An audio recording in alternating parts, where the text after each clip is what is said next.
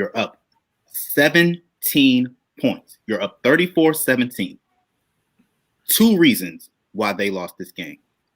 One, play calling. I don't know what they were doing, but they took too many unnecessary risks. Too many.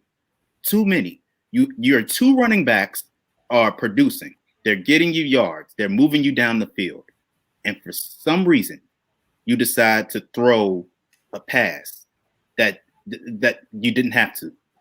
You didn't have to. You're doing great on the ground. Run the clock. What have we not learned from the Super Bowl years ago? Run the ball. You have to lead. Run the ball. Run the clock. The clock is your friend. You take an unnecessary risk, body throws a pick. They score. You throw another pick. They score. They kick a field goal. Now they're within 7. They get the ball back. They tie the game, and then we go to overtime, and you're not able to score. Then they kick the game-winning field goal. That's the first thing. The second thing, it's mental. Football is a mental game. They got too confident for their own good. They're out there talking trash to Prairie View. They're getting in guys' faces, and they're losing.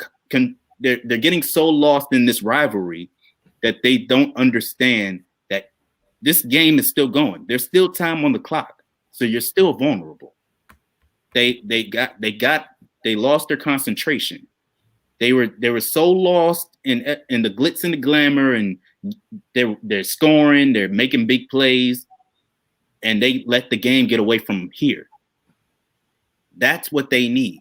When you got a team who, when their head coach took over, they were 0-11. Now people are giving you praise. Now people are saying, "Oh, this team is on the rise. This team is going to be this. This team is going to be that."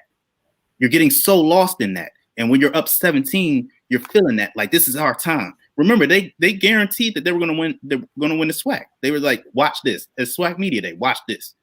They go out there and they start making plays. They lose concentration. They got to understand that the job is not finished until there's triple zeros on the clock. That's why they lost that game. And they can bounce back, but this was not a game that you can lose. They have lost 9 straight games in this rivalry. 9 straight. And this is a Prairie View team that was picked to finish 5th in the SWAC West. Not in the SWAC, in the SWAC West.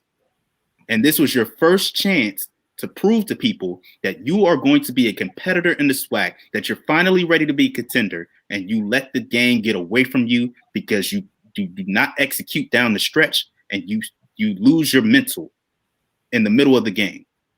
I hope that they're able to get it back, and because they have the talent to do it. But this was not a good season opener for them at all.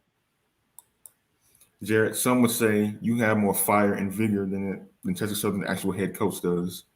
With that rant you went on. Oh man, and I can't. I wish I could be. I wish I could be a fly in the wall in any locker room to hear what they saying about their coach, because there ain't no way that they're speaking positively about him after that game. Ain't no way.